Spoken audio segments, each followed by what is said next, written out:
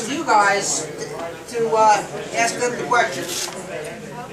I'll be around with this microphone on this side. Steve will be on this side. Here's a microphone that should be on. Yes, it is.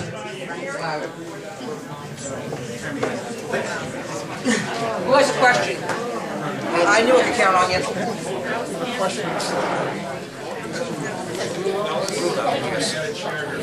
Okay, first question.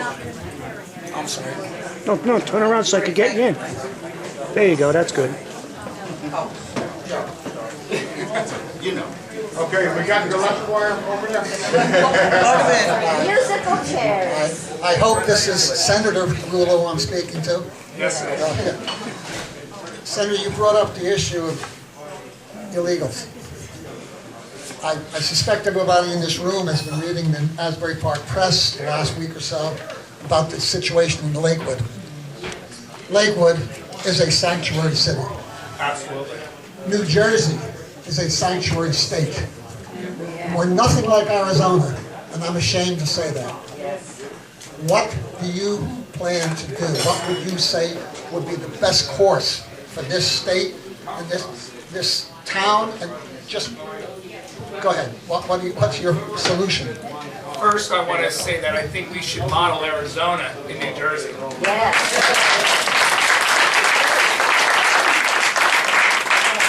I also think that Lakewood is absolutely the center for illegal aliens. Disgraceful. But also, our Senator Carrillos has failed with illegal immigration for 2 decades in Freehold. And I think they're second to Lakewood. We haven't heard one word.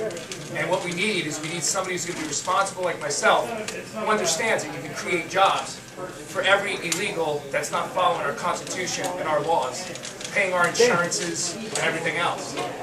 I also think that we need to address a lot of different issues in between. First, do you know that every Friday they go to check cashing places and send all of their money, laundered, tax evaded money overseas? I say cease and desist. That's right. And I will file that without a doubt, and that's a good way. The other thing that we can do too is we can put the image program on every single business, just like what's going on right now with anybody that wants to work with the federal government. This image program is almost costless when it comes to the fines that you can get with illegal aliens if you've got a fine with that. If they can't find a job, they're going to leave. If they're not able to money launder their money via wire transfers, they're going to leave. But it gets even better than that. Like I said before, not a flat tax that you guys have been hearing about every single year. Let's incorporate the reality to it. Illegal aliens, until we deport them and squeeze them out through all of these policies that I won't act, we should get them with a flat tax, but make it a fair flat tax so that there's a threshold for poverty so that we can sell it to the Democrats who are going to start crying about that it's a progressive tax or a regressive tax. Well, proportional, but a fair to everyone with a threshold for poverty. That's reality. Come on, let's argue about it, right? It'll never get passed.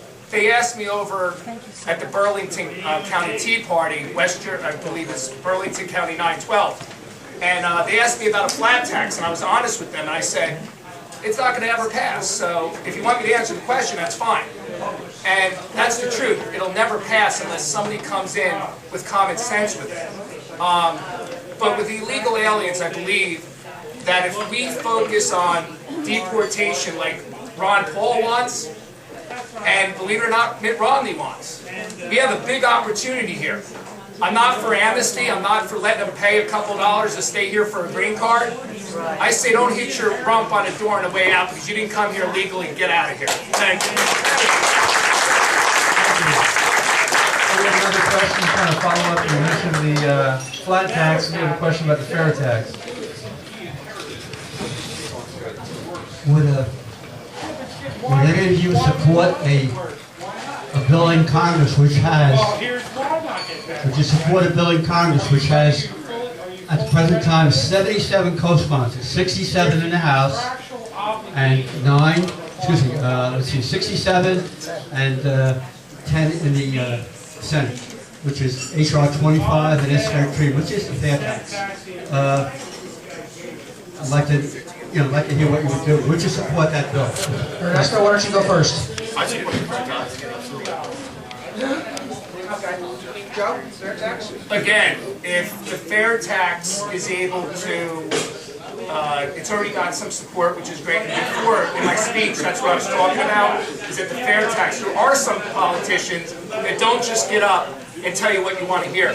They actually have something that's on the public voting sector right now.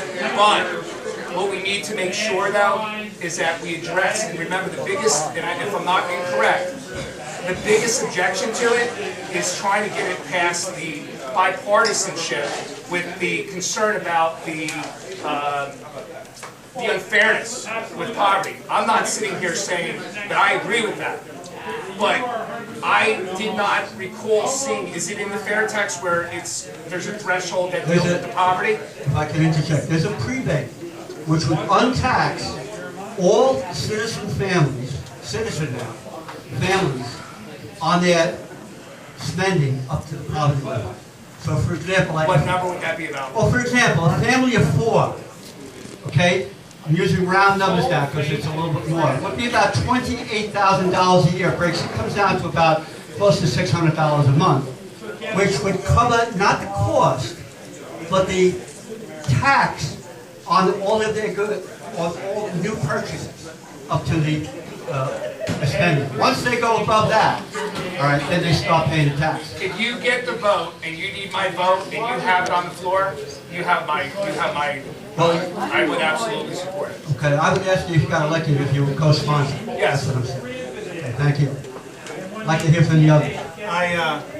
I said when I've had my largest audience yet, I was on the radio earlier this week, I said flat out that if you're in the workforce, I'm not talking about retirees, but if you're in the workforce and you're above the poverty line and you're not paying federal taxes, don't vote for me. I'm not your friend. I stand by that.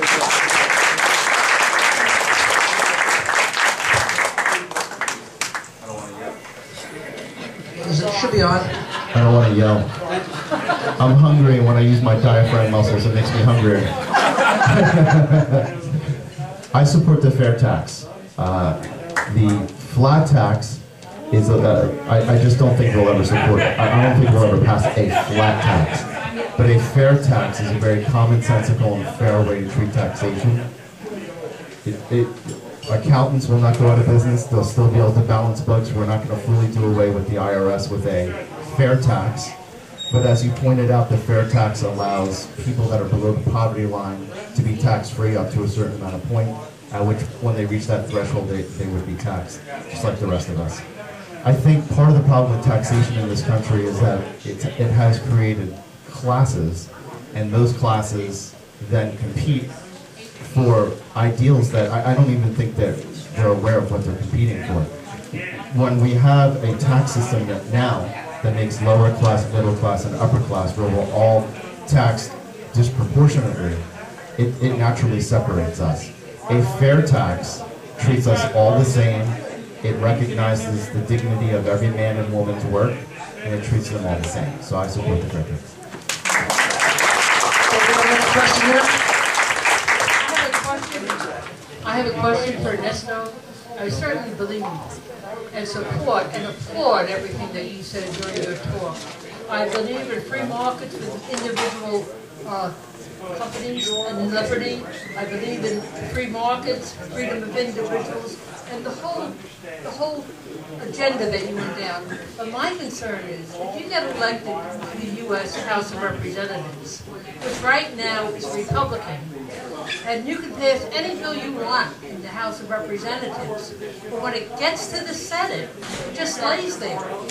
What would you do to help elevate that to the position where the Senate would recognize it and talk about it? Because right now, Harry Reid and the Democrats are killing everything. We don't even have a budget. And this is almost 4 years out. You can, as a conservative Republican, I can negotiate with Republicans. What we cannot and have not successfully been able to do is negotiate with the extreme left. When you negotiate with them, their idea of compromise is giving up everything that we stand for. And I don't believe that we are sent to the House of Representatives, nor are we sent to the Senate just to pass a bill. The problem is that for over 230 years, we have legislators who are working full-time, and each day that they are writing more black ink on paper, we have less liberty here. Right. So, the issue is I don't think we'll ever be able to negotiate with Harry Reid, which is why it's very important to get him out of the Senate and to replace him with even Republicans, not just conservative Republicans, but I'll take a Republican any day over a far-left Democrat, which is what the Democrat Party has become. So I would work very hard with our brothers and sisters in the Senate to get them on the same page as the House. And but like I said, you can't negotiate with the far left.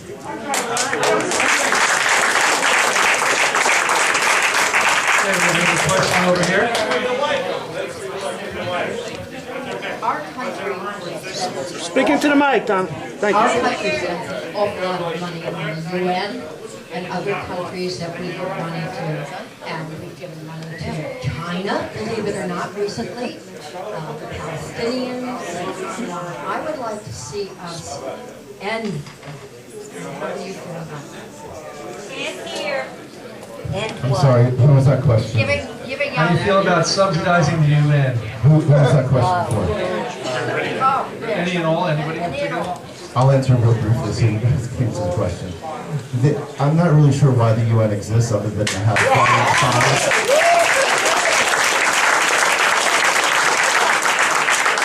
It just makes it a lot easier to spy on our enemies without having to pay for plane tickets. So the UN, they have millions and millions and millions of dollars each year of unpaid bills to the city of New York. I'd like to see before we evict them and send them back to somewhere else that we collect on that first. But I think the UN needs to be reformed. I do not want to get rid of the UN. I think it's an important body. It's an important place of discourse and discussion. However, it needs to be reformed, but it can't be reformed so long as we're subsidizing them. So my answer to your question is we need to end UN subsidies and let each nation pay their own way.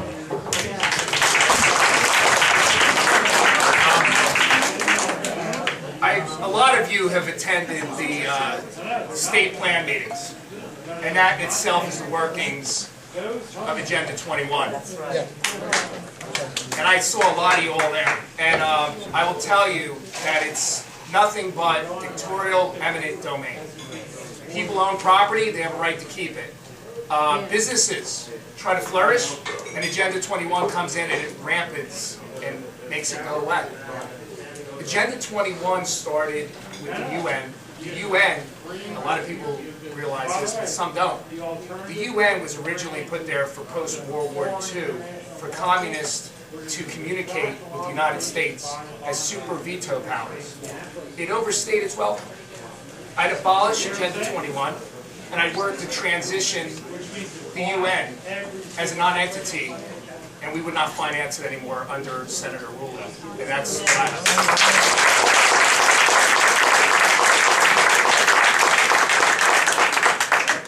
Having worn the uniform, I can tell you right now, the day is coming where you're going to see, unless guys like us do something about it, the day is coming where you're going to see American servicemen answering to a UN general. That is unacceptable. I will not permit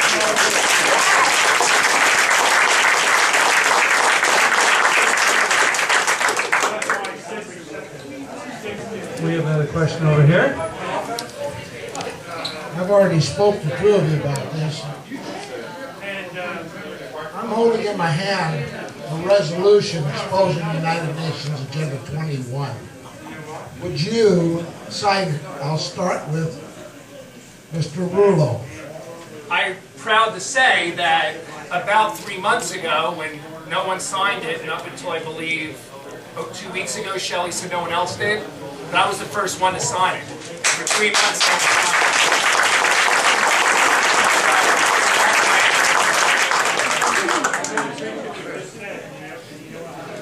I haven't read it, and And unlike Nancy Pelosi, I'm not going to sign something I haven't read.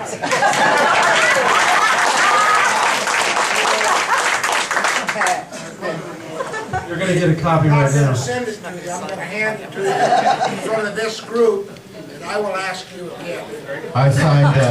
I signed Shelley's form, and the issue with Agenda 21 is that American property owners, well, first of all, we have a problem in this country with eminent domain. It usurps the right of private property owners. If you own land now, both the New Jersey EPA or DPA and the federal EPA can come in and tell you whether you can build a shed or not. And they can define something as a watershed area just because you have a puddle in your backyard. So whether it's, certainly the UN has no jurisdiction in my country, so to me it's a non-starter. Agenda 21 has no business dictating to Americans what they can do with their private property. So I would of course sign it. But moreover, I want to reform the EPA and the New Jersey DPA. Okay, we have another question here by me. We have military bases all over the world. And although I think we should probably have a presence, it pays to have a presence around the world because it's a dangerous place. I was wondering what you gentlemen thought of possibly reducing that footprint or reducing in some way, what would you do about that footprint? Ernesto, just go right to Joe and then right to Terry, please. The Philippines made a fatal mistake. They should have kept our base in the Philippines. However, we're still not at war with Europe, and we have many soldiers, airmen stationed in old Europe when they really need to be in other places. One, we need to be securing our border here. Two, Asia and the Middle East are just intermittently ready to ignite. So we need a footprint there. To get into the economics of it, if we were to fully bring our forces back like some would like to do, that would certainly, as you know, create a global arms race. And while I do think that people should police their own backyard, and we shouldn't be doing it, I'm in favor of very thoughtfully keeping politics out of it, choosing nation by nation, where we need to be and where we do not need to be. We certainly need to be in Asia.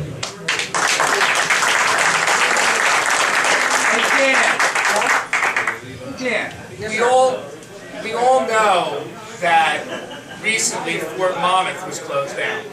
Yet we have countries where we don't need the presence because they're not hot-button areas.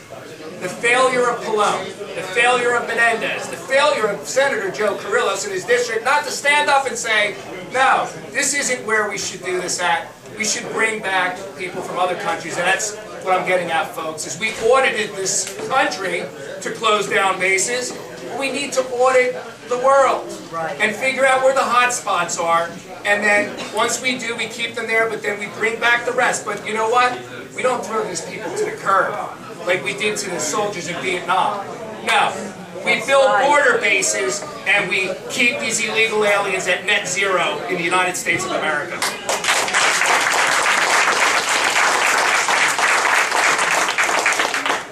Foreign policy, as we all know, is a very, very tricky subject.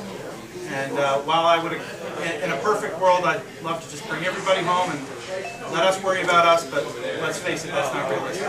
There are peace-loving people, free people all over the world that depend on us to be there.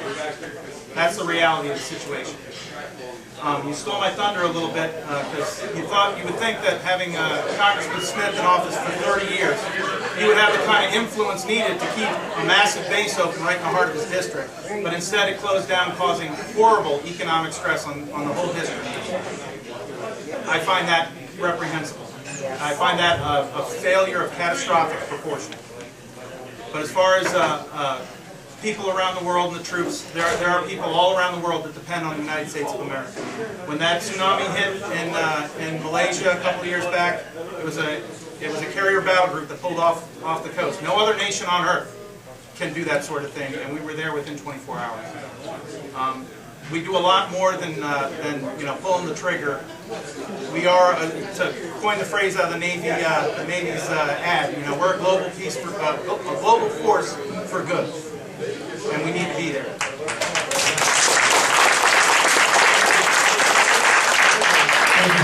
with a question on this side here. Hi, my question is for Joe Rullo. The question is, as a U.S. Senator, would you support a international treaty that contained as a condition the establishment of a permanent military alliance with another country? Everybody's confused. I am. Can you ask it again? Sure. As U.S. Senator, you'll be faced with signing treaties. It's just one of your constitutional duties. So the question is, would you support a treaty that had as a condition establishing a permanent military alliance? And what I'm alluding to is what... it sounds like Agenda 21. Well, it's what George Washington warned against, permanent alliances. So in other words, you make an alliance with a country in time of peacetime, and that's something that George Washington warned against. So my question is, like, your position on permanent peacetime alliances, but specifically if you had to sign on to a treaty or not support a treaty, what would your position be on that? The United States doesn't apologize and doesn't compromise. Right. The United States doesn't apologize and it doesn't compromise. We are the world power. We will always be the world power. No matter how bad things are, they're not that bad. We are a world power. I follow the Constitution, and you have asked the question that's very simple. I wouldn't sell out this country. Look at France, what they did to us. Look at World War II, what you gentlemen did. Who was in World War II? Raise your hand here. Anybody? Well, in World War II, France, we bailed them out. We saved them. Yet in Iraq, they didn't help us. Look at Syria, what's going on there now. I could care less what's going on there. We got people dying in the streets of America. We have people that, right? We have foreclosures. We have every problem you can even imagine. And I'm tired of it. We need to focus on Americans and Americans only.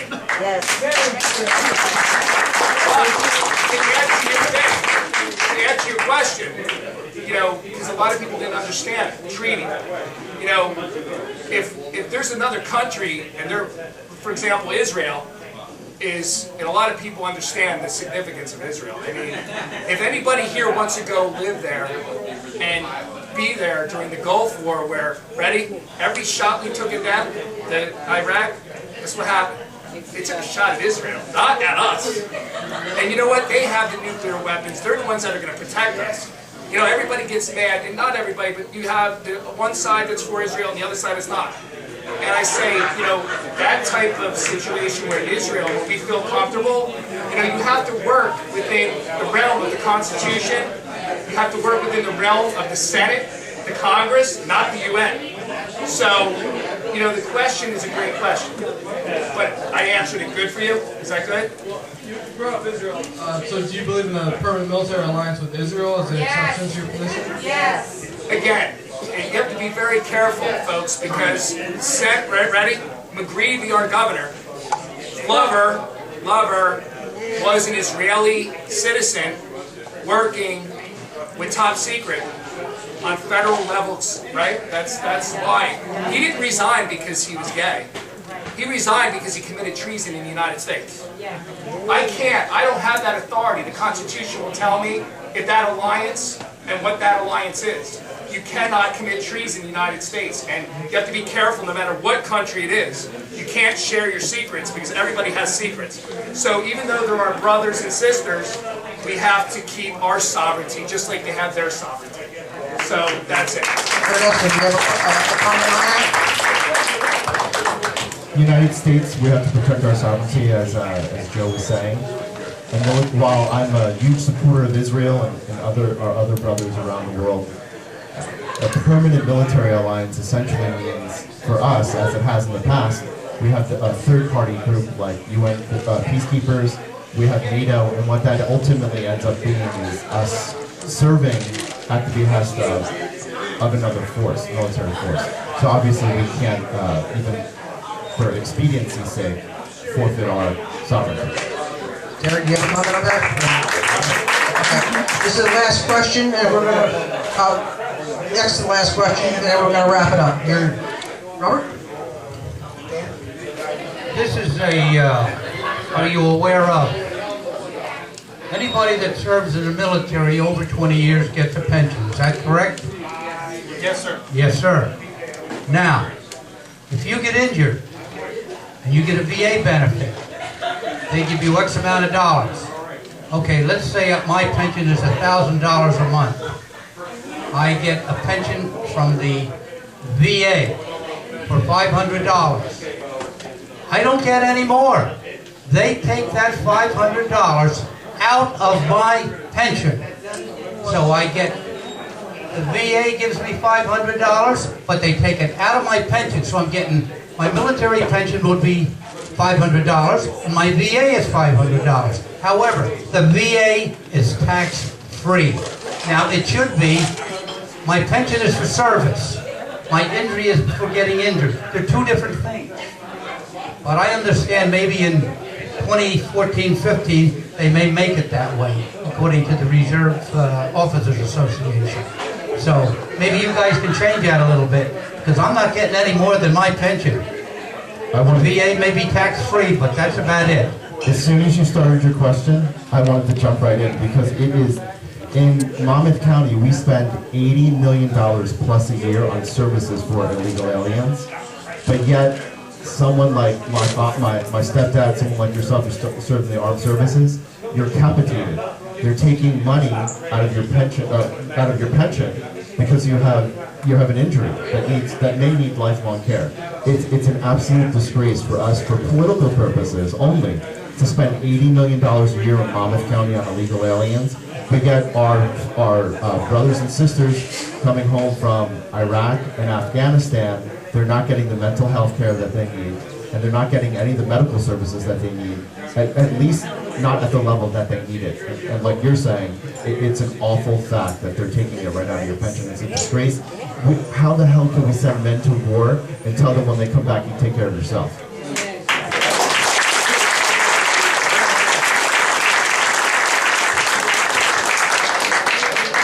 I want to stand up when I respond to this, sir.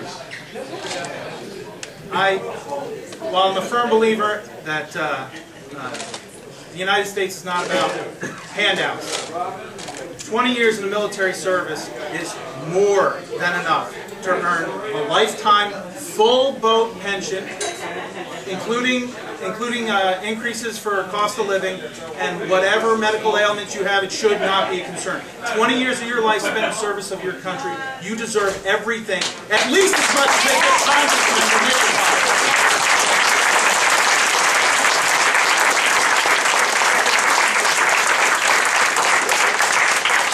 Congressmen currently get a full boat pension for 2 years service, so it's kind of disgraceful. Our last question. I wanted to answer that. Also, you do. Yeah. I've been involved with veterans, and that's something that's close to my heart. I didn't serve. I just happened to be in a position where I didn't have to because of all the fine soldiers that have been involved for so many years defending our Constitution. I'm on the record since 2009 that I want to create a No Veterans Left Behind Commission and address issues like, veterans having to choose between going to a hospital and going to work, or perhaps being stuck in a 10% disability situation where they're never going to get out of, and they're stuck there because that's the deal that they got, and to have someone actually really work with them every single day until they get through that loophole. I think that what's going to happen is, if you know what happened with New Jersey with the pensions, people just leave. People are flocking out of New Jersey right now because they're going to North Carolina. The truth is, we're losing a lot, millions if not $1 billion. It's bad. People are actually going to North Carolina because there isn't any property taxes. They're going there because their pensions aren't being taxed. They get an exit tax at the last toll that they hit New Jersey. Okay? So, you have a friend here with veterans, and I walk the walk, not talk the talk. And I've been doing it for years, and it's because I'm embarrassed that, I would have loved to have served. And I look at some of the soldiers that are coming back now, and, I don't want to be a senator and take the health benefits. I'll take Medicare, but if not, I'll go to the military base because I'll make sure that your health insurance is great there and that your care is great there. That's what we need. And you know what about the pension? I don't know much about it because I haven't really looked at the you know, the benefits to being a senator. I just did this because I really wanted to make a difference in this country. But, you know, I'm hearing that if I serve one term, I get a pension. There's something wrong with that.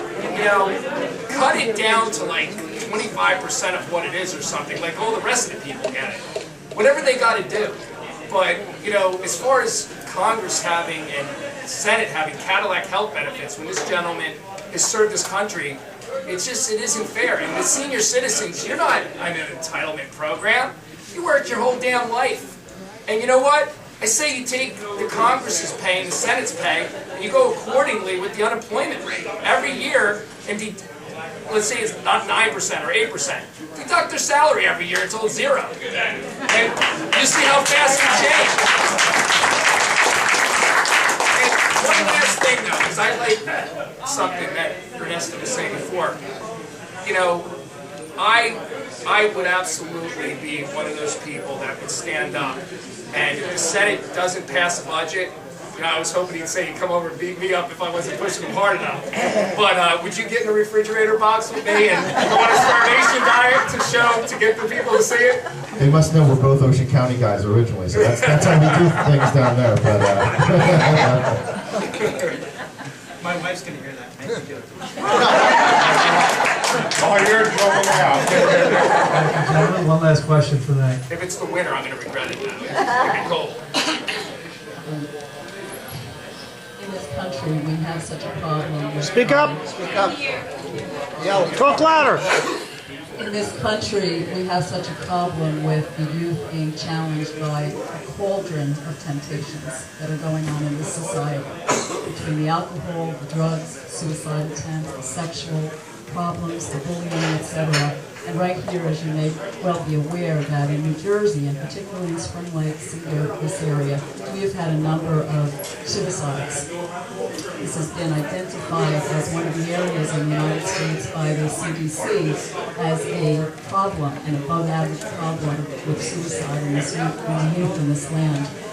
Would you support the reintroduction of school prayer in the schools, in public schools, in order to emphasize, as you both stated, the importance of prayer and looking at Almighty God and Jesus Christ as the ones who are in control of this land, as many of our forefathers believed and saturated themselves in prayer before they ever went to try to create a free country. Can I answer that first?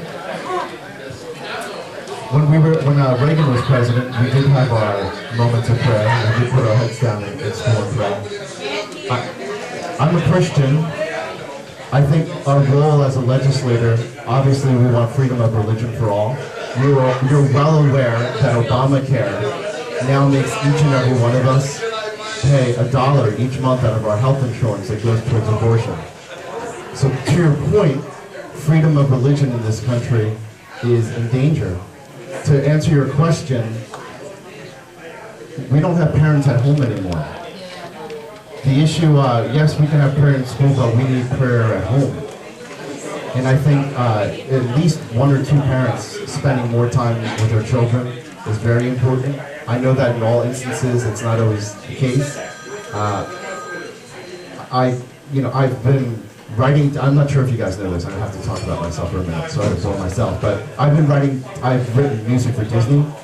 I've had music in films, country radio. I've been writing, by choice, family-based music. Because I think that what you do in your private life is your business, but what we put in the public square needs to be edifying. It needs to edify families, it needs to show respect for parents.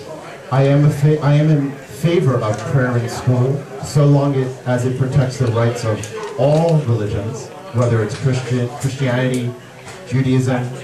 I don't think that we need to go out of our way to create faith centers so that people can pray. It doesn't need to be that complicated. But certainly I'm a fan of putting prayer back in school and parents back at home spending more time with their kids.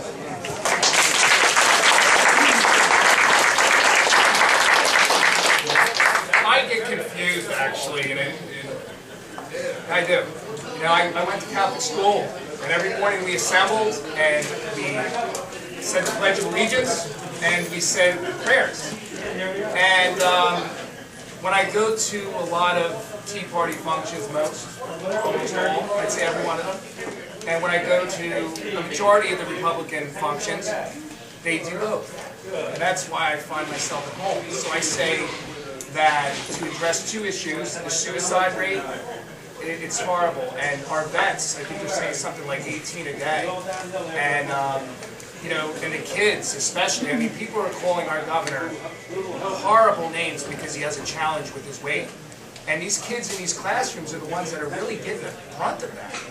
It's becoming quite popular to be able to call somebody the F word. And it's cruel, it's unusual punishment to a child. And, you know, we all know the models and how these girls are trying to, you know, come up to look like that. And you have people nationally calling the governor the F word.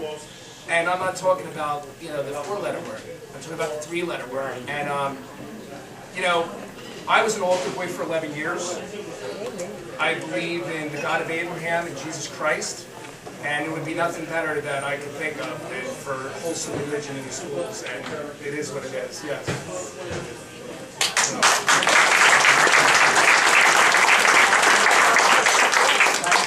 What I mentioned before when I was up here, these things come up, check the manual, the Constitution. There's nothing in there that says freedom from religion. It's freedom of religion. So if you want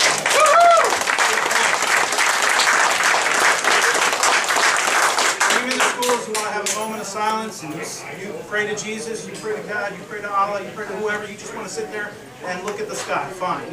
But there's nothing wrong with that. It reminds everybody that there's something larger than yourself. Thank you, guys. I want to thank these 3 gentlemen for coming out tonight.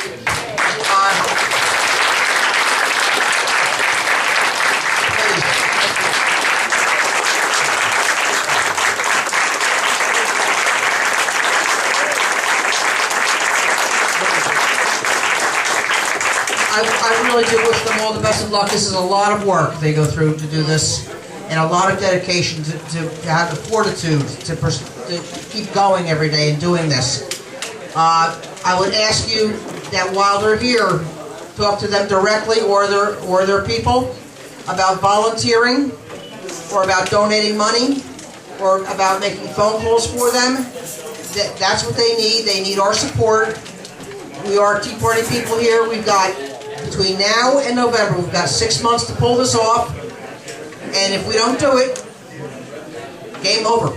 Game over. So please. Well, the primary is between now and June, but I'm talking about the next 6 months, starting now.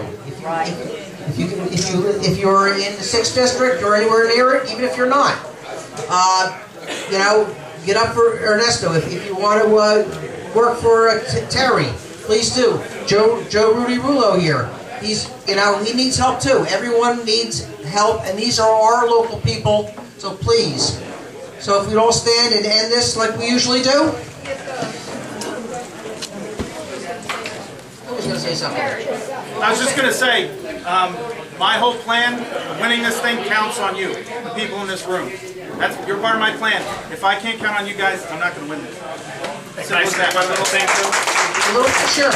I got cut off before, so as a gentleman, you were here watching that, right? My website is Rullo, RULLO, Senate.com. That's RULLO for Senate.com. And if you go to Facebook, it's Joseph Rudy Rullo. And it's quite entertaining, folks. We don't pull no punches on there. Thank you. God bless you. I still like the chicken. I like that. Our website is Cullari for Congress, C-U-L-L-A-R-I for Congress. I'll be here for another half hour, 45 minutes if you want to talk to me about the issues, if you want to talk to me about how you can help the campaign. Thank you. Your website is what? McGowan2012.com. McGowan2012.com is Terry McGowan's. So there we go. Don, would you care to do the honors? Here we go. God bless America. God bless America, land that I love. Stand beside her and guide her through the night with the light from above.